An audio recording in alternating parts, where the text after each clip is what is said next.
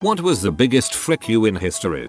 Ferruccio Lamborghini was a rich man owning his company that built tractors. He talked to Ferrari about the imperfections of his car and how to improve them, and they basically laughed at a young tractor mechanic trying to tell them about sport cars. So he decided to start making luxury sport cars to compete with Ferrari, and thus, the rivalry was born. So I'd say the middle finger of this guy to Ferrari was pretty noticeable.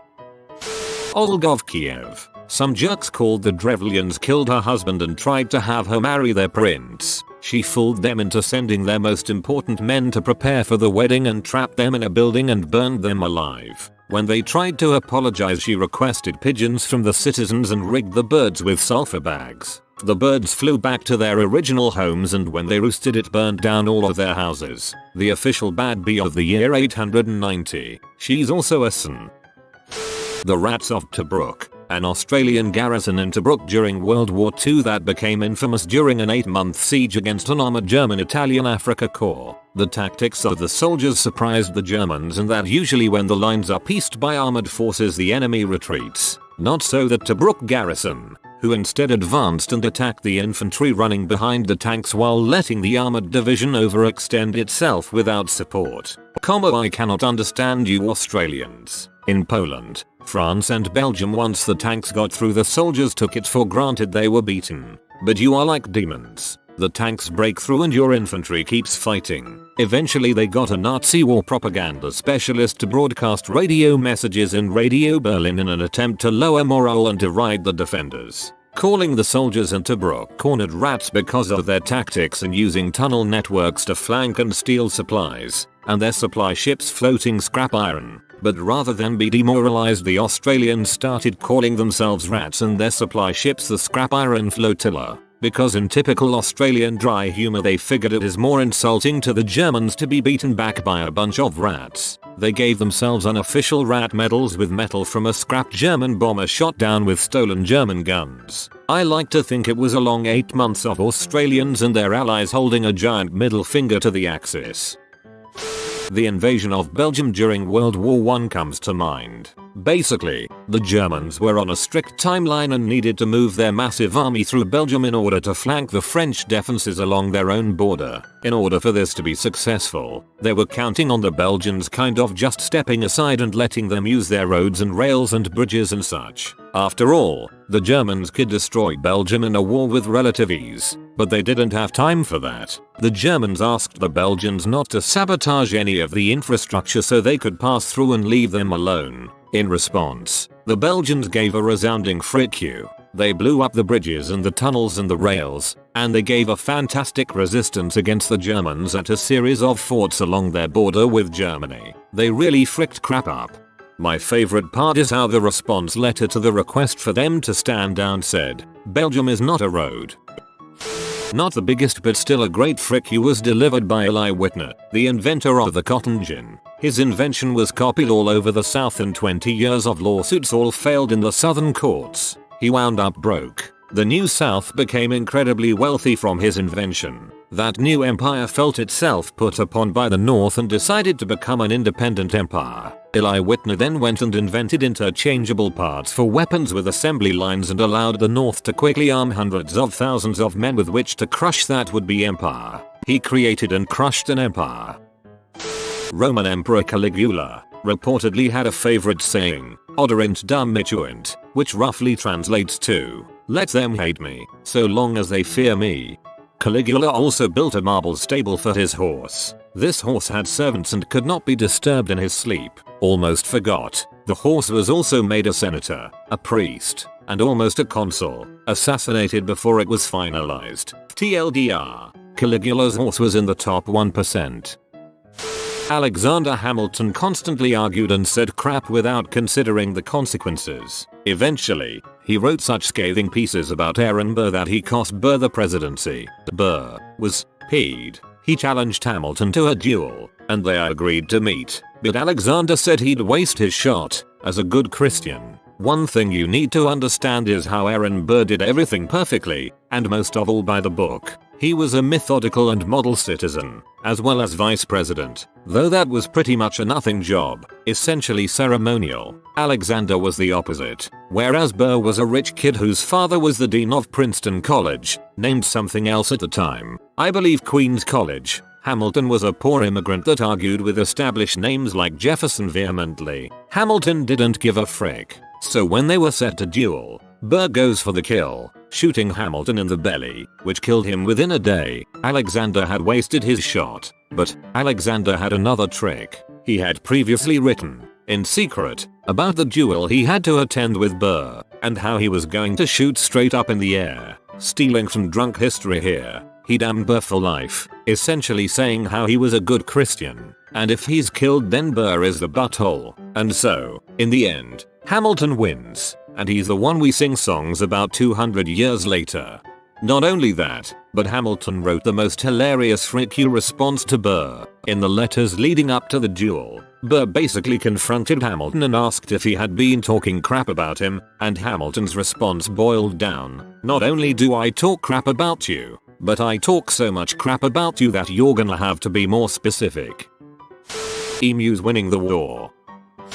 The reply of the Cossacks, though it is most likely legend. Below is the original response and reply. Sultan Mehmed IV to the Zaporozhian Cossacks, as the Sultan, son of Muhammad, brother of the sun and moon, grandson and viceroy of God, ruler of the kingdoms of Macedonia, Babylon, Jerusalem, Upper and Lower Egypt, emperor of emperors, sovereign of sovereigns, extraordinary knight, never defeated, steadfast guardian of the tomb of Jesus Christ, trustee chosen by God himself, the hope and comfort of Muslims, confounder and great defender of Christians, I command you, the Zaporozhian Cossacks, to submit to me voluntarily and without any resistance, and to desist from troubling me with your attacks. Turkish Sultan Mehmed IV, Zaporozhian Cossacks to the Turkish Sultan, O Sultan, Turkish devil and damned devil's kith and kin, secretary to Lucifer himself, what the devil kind of knight art thou, that canst not slay a hedgehog with your naked ass?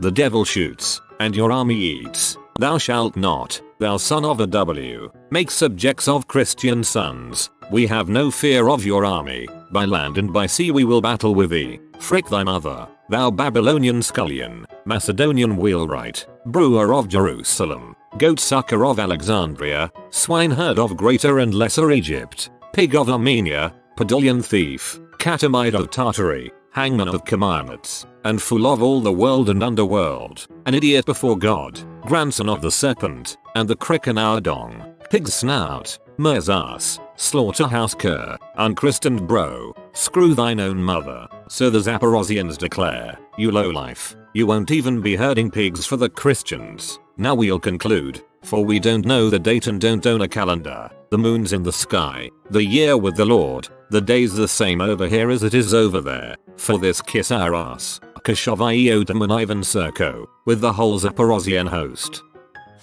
Sultan of the Khwarezmiya Empire was sent a letter from Genghis Khan. The Sultan said screw that, killed all of the members of the envoy crew, around 400. Genghis Khan flew off the handle, rallied the troops, stormed the Mideast with 100,000 troops, and raped the Sultan's entire empire.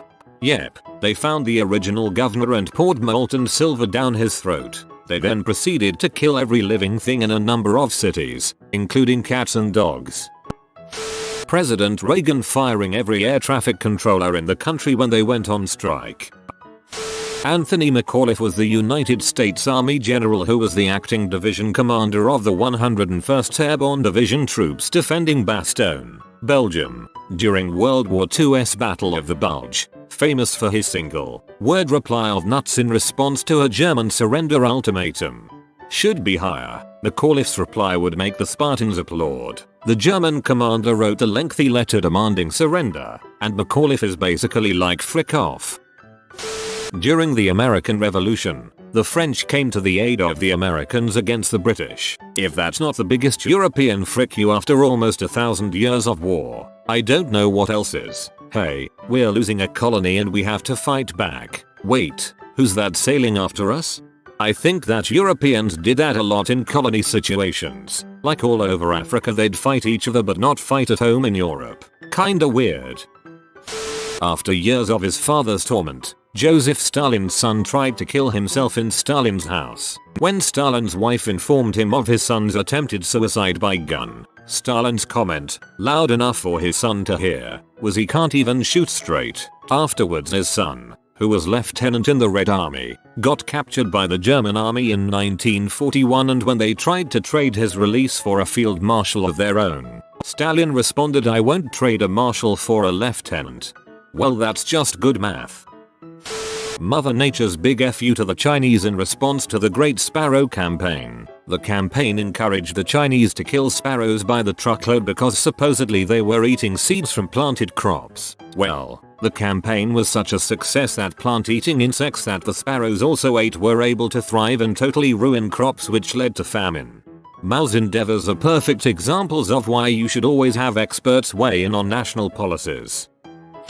The Mongols were essentially the Borg of the Middle Ages. They would show up at your city gates with a massive, stinking army of hardened killers and demand that you surrender, be integrated into the Mongol Empire and pay tribute. If you didn't do this immediately, they would simply kill every person in the city, relentlessly and brutally. The Mongols actually had quotas for how many people each member of the army was responsible for killing. It's believed that the Mongol conquests were responsible for the death of over 5% of the world's population. If you did join the Mongol Empire, they were actually pretty tolerant as far as the Middle Ages go.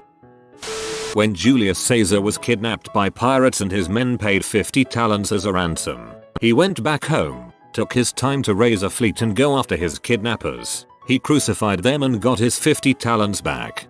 You miss the part where he befriended his captors, all while joking with them about how he was going to come back and kill them all for taking him hostage. They always assumed that, because they had become friendly and Caesar was always physically underwhelming compared to his personality, that it was just a joke or bluff. It was not. Henry VIII created his own church when the Catholics told him no for divorce. Queen Gorgo of Sparta, when asked why only Spartan women were equal to their men, because only Spartan women give birth to men.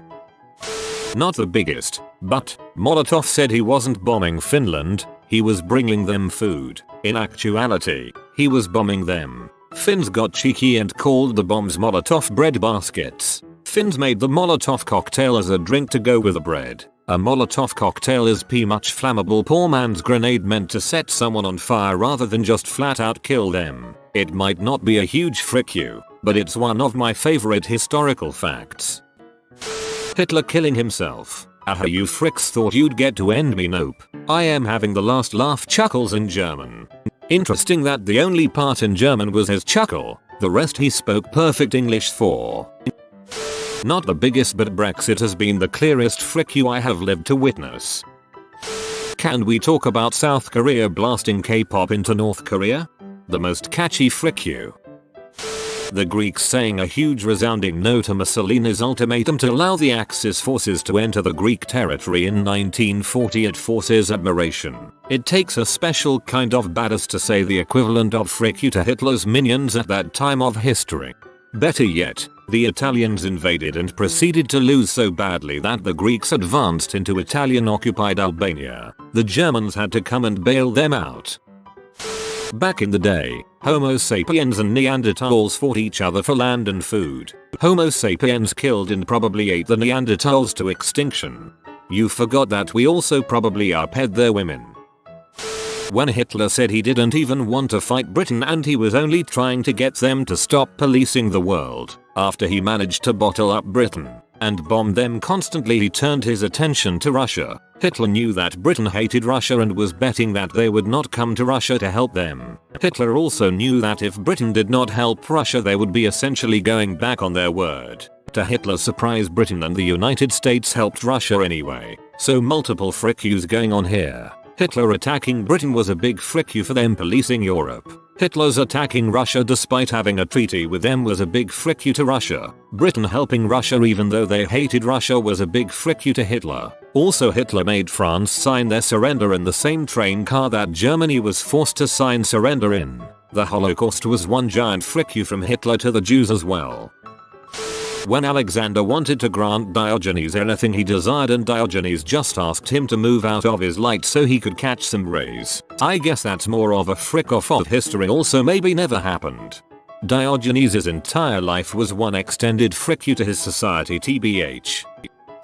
I recently listened to a podcast about the Franco-Prussian War. The French declared war on Prussia and lost. The Prussians then made their way to Paris and occupied the city for however long. They were underestimated and in victory took Alsace-Lorraine.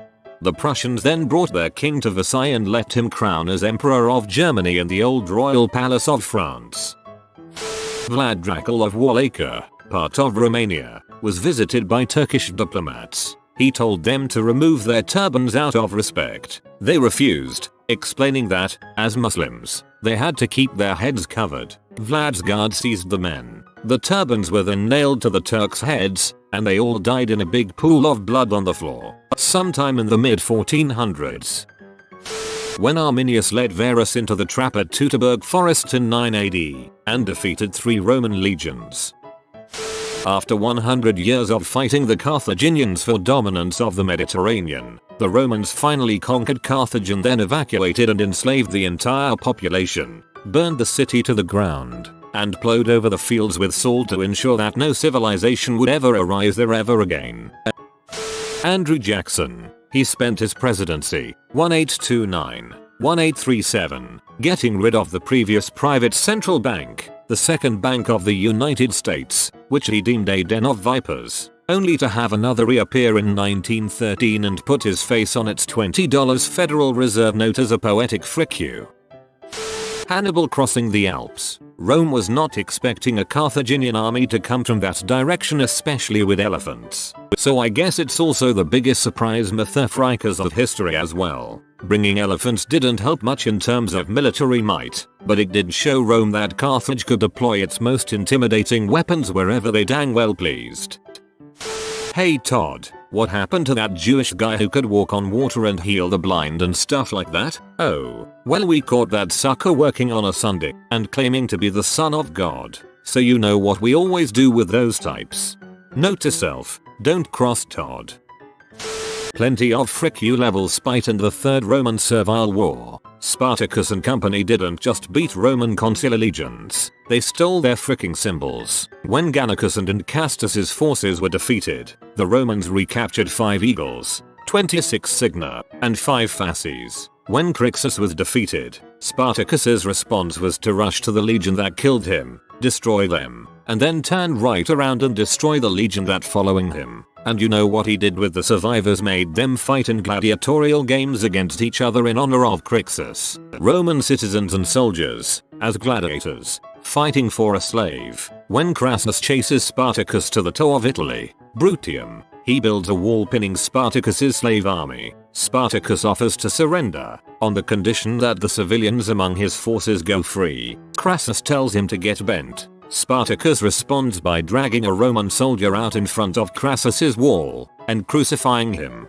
Crucifixion was reserved for traitors, slaves, and foreigners, not Roman citizens. Crassus and Pompey finally defeat Spartacus and crucify some 6,000 survivors all along the road between Capua and Rome, the Appian Way, as a reminder to gladiators and slaves to not do that again. When Japan was surrendering at the end World War II, USS Missouri flew the same flag that was flown by Admiral Perry when the US Navy first entered Tokyo Bay in 1853. We were forcibly ending their policy which severely limited foreign trade, and opening a country that had been operating on isolationist policy up to the broader turnings of the world. I like to think of it as the history majors frick you. Alexander Hamilton promoting Thomas Jefferson when he and Aaron Burr had been colleagues, and he hated Jefferson. The Germans signing an armistice with France during World War II. Not only did they single-handedly beat the French and British armies, they forced the French to surrender in the same train car that the Germans surrendered World War I in. And they blew up the carriage at the end of the war, so the Allies wouldn't get the same satisfaction. In 1347 the port city of Kaffa in the Crimea was under siege by the Mongols. The Mongols were forced to end the siege when their forces were depleted by the bubonic plague, before withdrawing the commander, Yani Beg, ordered the corpses catapulted over the city walls. The plague spread westward across Europe, eventually killing 30 to 60% of the population. You have been visited by the happy baby pygmy murder cow. Back away slowly and subscribe quickly to ensure your safety. Thanks for watching. If you are new to the channel, you can subscribe. I publish new videos every day. Until then, check another video, or don't. Either way, have a great day you magnificent people.